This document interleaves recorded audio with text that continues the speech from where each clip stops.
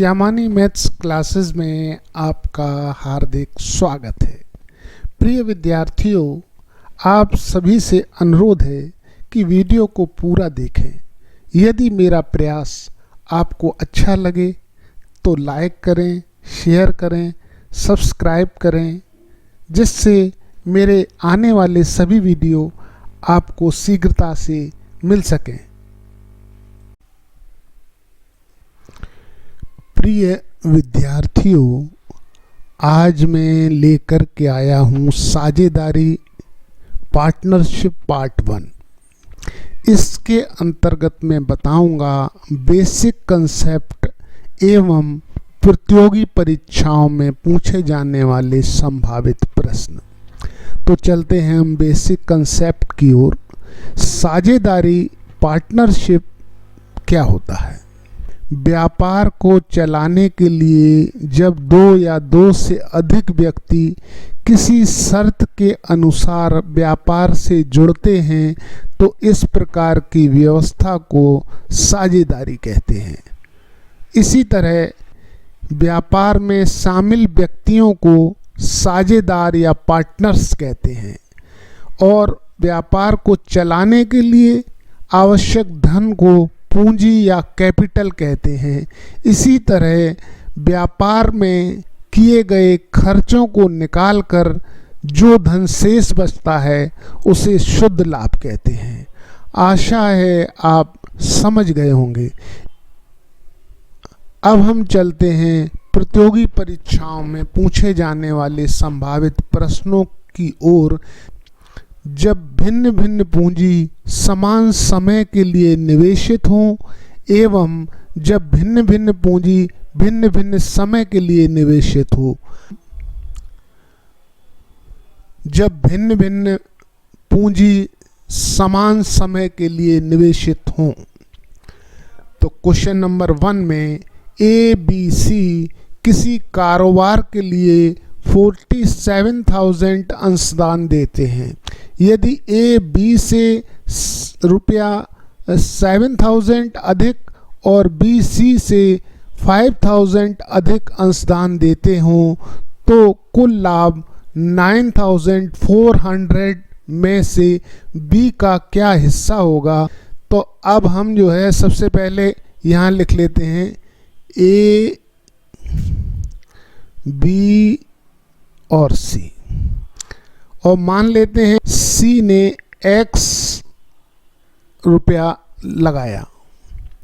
इसी तरह B जो है 5,000 C से अधिक लगा रहा है तो यहाँ आ जाएगा X प्लस 5,000। आशा है आप ये बात समझ गए होंगे। इसी तरह A जो है B से 7,000 अधिक लगा रहा है तो यहाँ आ जाएगा X plus 5,000 plus 7,000 equal to X plus 12,000।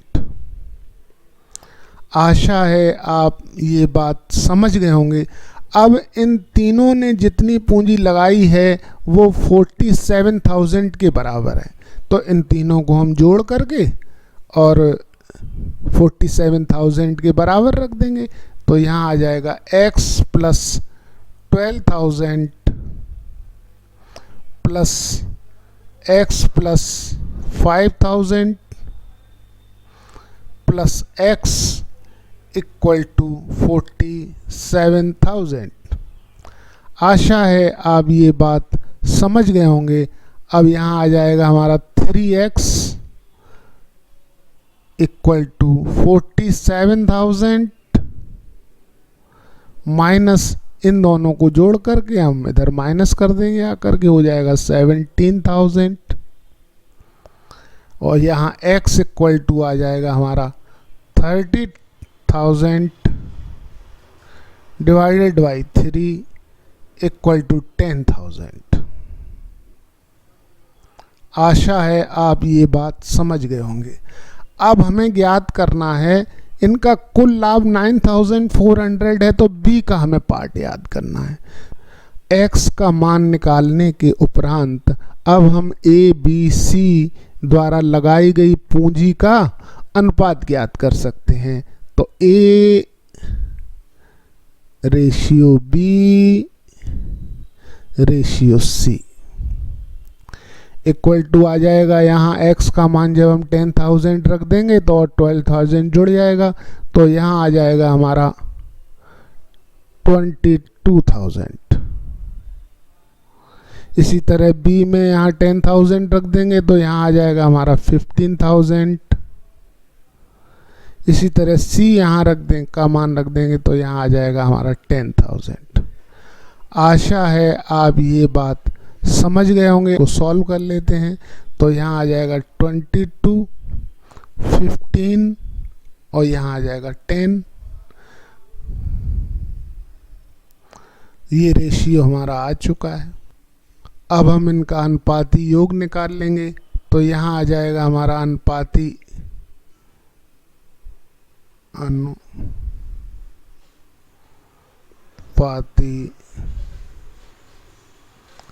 योग इक्वल टू 22 प्लस 15 हो जाएगा हमारा 37। 37 में 10 जोड़ देंगे तो हो जाएगा हमारा 47। अब हमें b का लाभांश ज्ञात करना है। तो यहाँ आ जाएगा हमारा b का लाभांश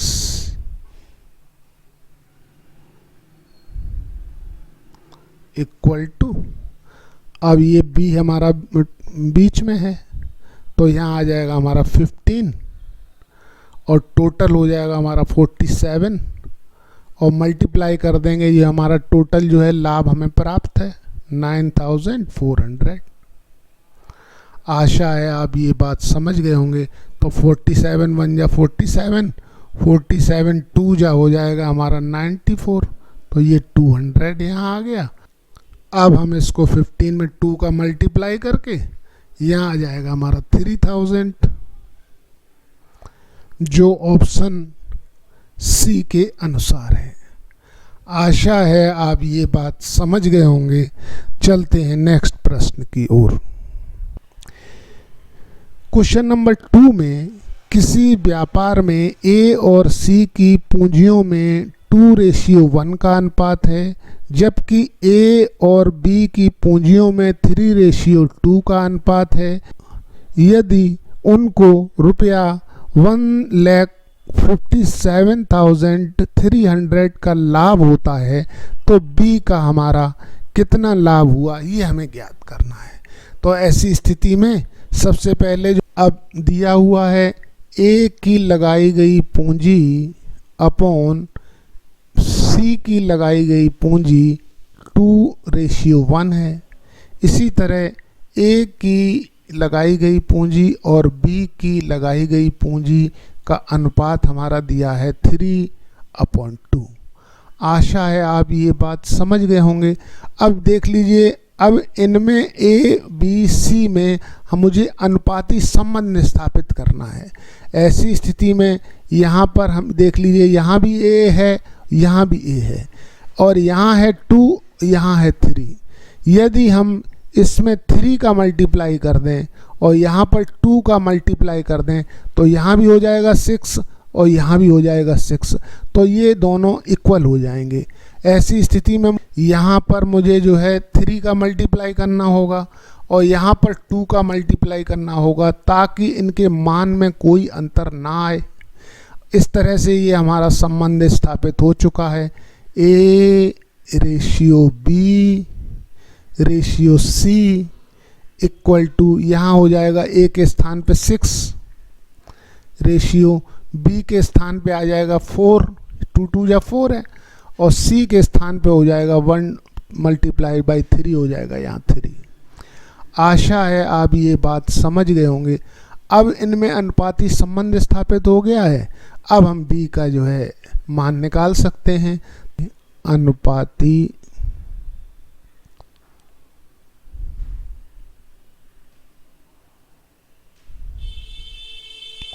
योग इक्वल टू 6 + 4 + 3 इक्वल टू 13। बी का लाभ ज्ञात कर सकते हैं। तो बी का लाभ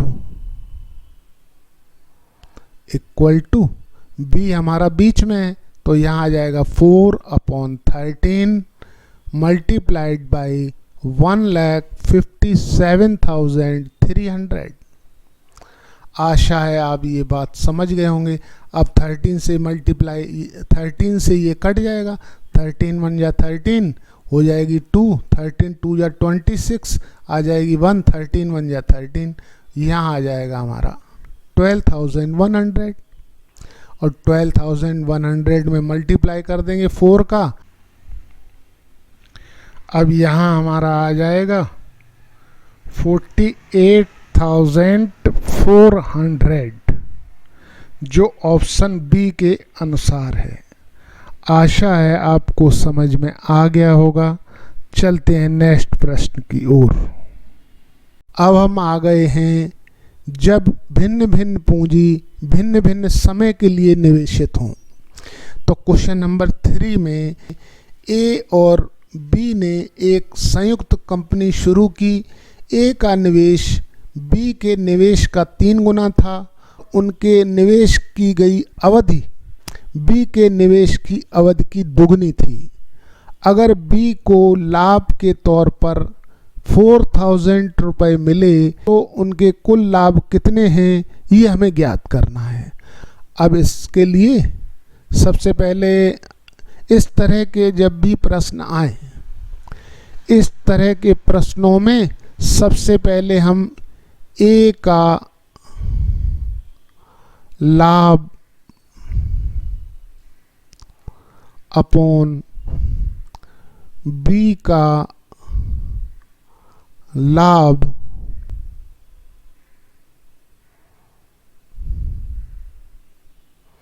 इक्वल टू ए का निवेश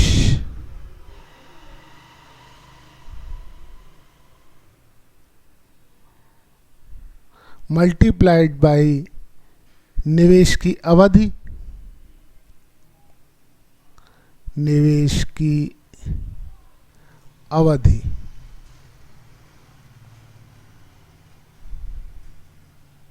इसी तरह यहाँ पर आ जाएगा हमारा बी का निवेश मल्टीप्लाइड बाई निवेश की अवधि।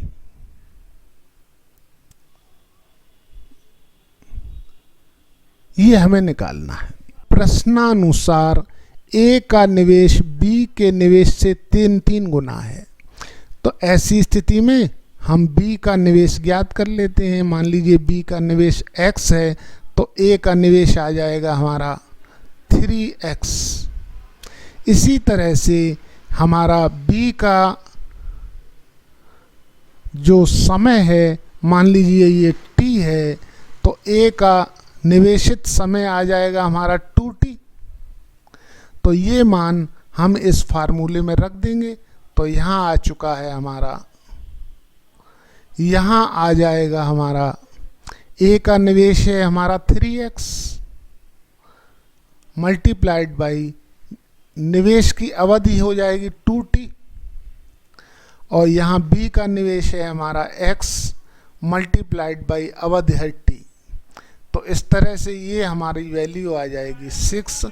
x से x कट जाएगा, t से t कट जाएगा। तो ये दोनों के लाभांश का रेशियो आ जाएगा हमारा 6/1। आशा है आप ये बात समझ गए होंगे। अब ये कह रहा है कि बी का लाभांश ये 4,000 रुपये दिए हैं, तो यहाँ आ जाएगा हमारा ए का लाभ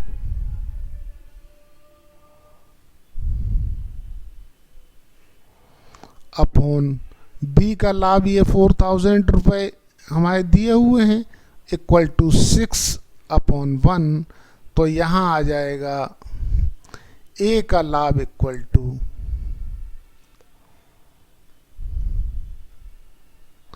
6 मल्टीप्लाइड बाई 4,000 इक्वल टू 24 1000। आशा है आप ये बात समझ गए होंगे।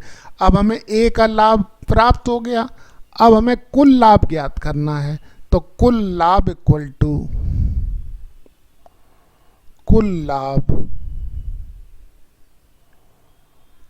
टू हो जाएगा हमारा 24,000 प्लस 4,000 इक्वल टू आ जाएगा हमारा 28,000, जो ऑप्शन सी के अनुसार है। आशा है आप ये बात समझ गए होंगे। चलते हैं नेक्स्ट प्रश्न की ओर।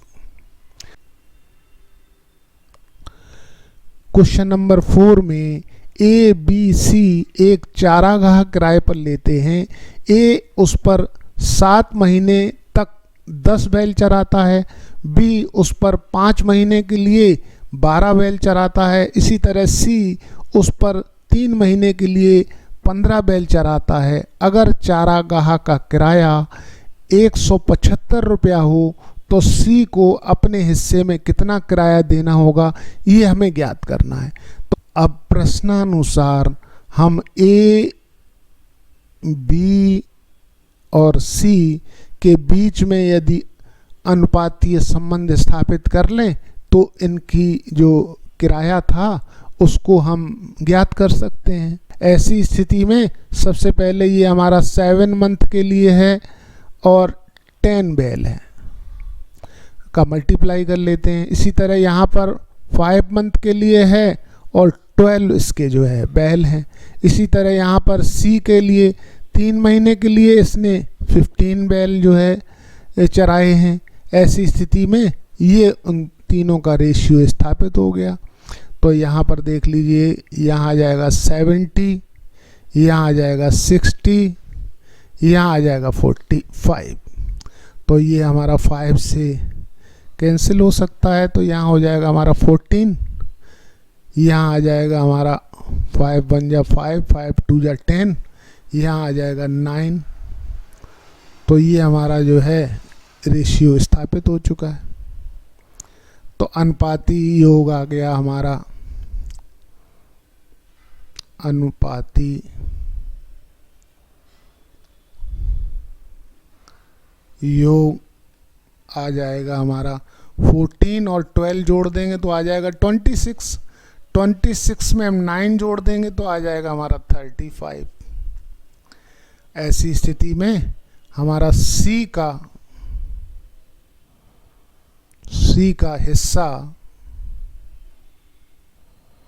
इक्वल टू आ जाएगा हमारा, सी हमारा ये है, यहाँ आ जाएगा 9/35 मल्टीप्लाइड बाई 175। ये हमारा 35 बन हो जाएगा 35, यहाँ हो जाएगा 5 टाइम्स 175, तो यहाँ आ चुका है हमारा 45। 9 5 जा हो जाएगा 45, जो ऑप्शन ए के अनुसार है। आशा है आप ये बात समझ गए होंगे। समझ गए हैं तो लाइक कर दीजिए, शेयर कर दीजिए, सब्सक्राइब कर दीजिए। मिलते हैं नेक्स्ट एपिसोड में। धन्यवाद।